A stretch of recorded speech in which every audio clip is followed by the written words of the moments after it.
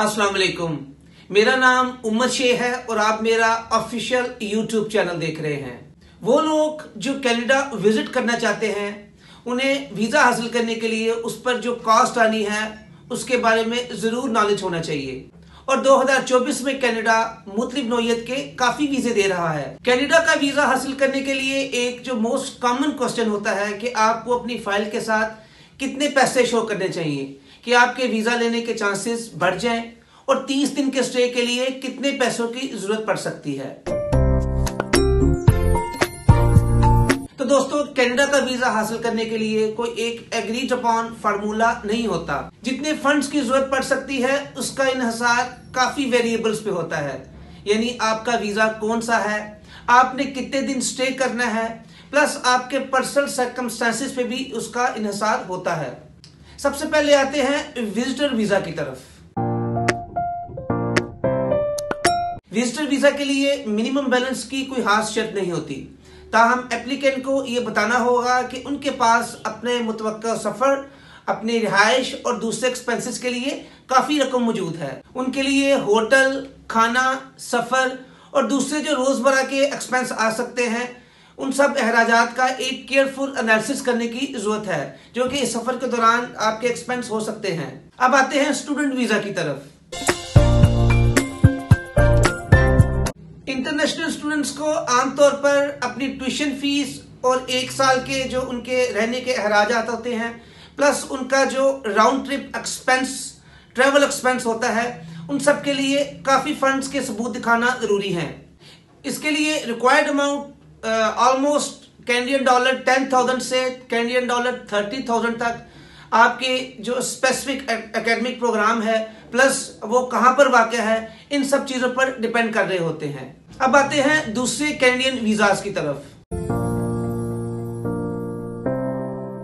दूसरे कैनेडियन वीजों के लिए इनकी फाइनेंशियल रिक्वायरमेंट्स डिफरेंट हो सकती हैं, जैसा कि लेबर या बिजनेस वगैरह। और हर किस्म के हालात के लिए आपको अपनी फाइनेंशियल कैपेसिटी को जाहिर करने के लिए सिर्फ एक बैंक स्टेटमेंट ही जरूरी नहीं होती, बल्कि इमिग्रेशन अथॉरिटीज एप्लीकेंट का वर्क स्टेटस, उनकी इनकम, प्लस उनके जो फाइनेंशियल डिपेंडेंस हैं, ये सब चीजें केयरफुली देखते हैं। इमिग्रेशन अथॉरिटीज आपकी फाइनेंशियल स्टेबिलिटी, वर्क सिक्योरिटी और फैमिली सपोर्ट और बहुत से दूसरे तरह का भी जायजा लेते हैं। और यह भी जरूरी है कि आप अपनी 6 माह की उस बैंक स्टेटमेंट को जाहिर करें जो कि आपकी स्टडी इनकम और प्रूडेंट मनी मैनेजमेंट को एक्सप्लिसिटली जाहिर करे।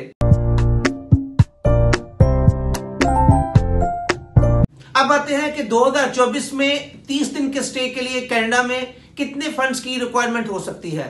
कनाडा के लिए फर्स्ट टाइम ट्रैवलर के एक्सपेंस, उसका खाना, उसकी रिहाइश, उसकी लिविंग हैबिट, उसकी एक्टिविटीज और उसके वीजा की जो काइंड है उस पर डिपेंड करता है। मैं आपको बताता हूं अब जनरल कॉस्ट एस्टिमेट्स क्या हैं।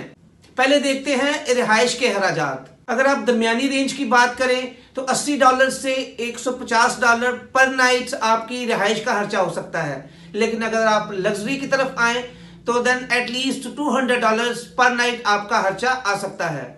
अब आते हैं खाने पीने के जो एक्सपेंस हो सकते हैं उनकी तरफ। अगर आप सेल्फ कैटरिंग कर सकते हैं तो $30 से $50 पर डे, और अगर लग्जरी खाना चाहते हैं तो $50 पर मील आपका खर्चा आ सकता है। अब आते हैं एक्स्ट्रा एक्टिविटीज की तरफ।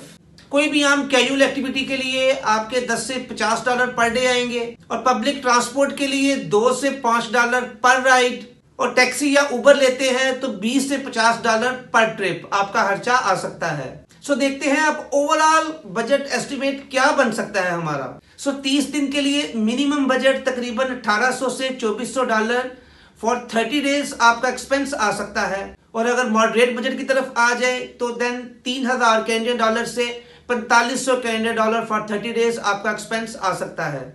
और अगर कंफर्टेबल या लग्जरी बजट की तरफ देखें तो 6,000 कैनेडियन डॉलर से 9,000 कैनेडियन डॉलर आपका 30 दिन का खर्चा आ सकता है। तो दोस्तों, ये जरूरी है कि एप्लीकेंट कनाडा के वीजे के लिए इमिग्रेशन अथॉरिटीज की ये सारी लवाजमात को अप्लाई करने से पहले एक दफा जरूर देखें, और ये जरूरी है कि लेटेस्ट ऑफिशियल इनकी जो गाइडलाइंस हैं उनको आप गाए बगाए देखते रहें, कि जिससे आप एक कामयाब वीजा एप्लीकेशन के तमाम जरूरियात और तमाम लवाजमात को पूरा करें। So friends, that's all for today. उम्मीद है आज की वीडियो आपके लिए काफी बेनिफिशियल साबित होगी।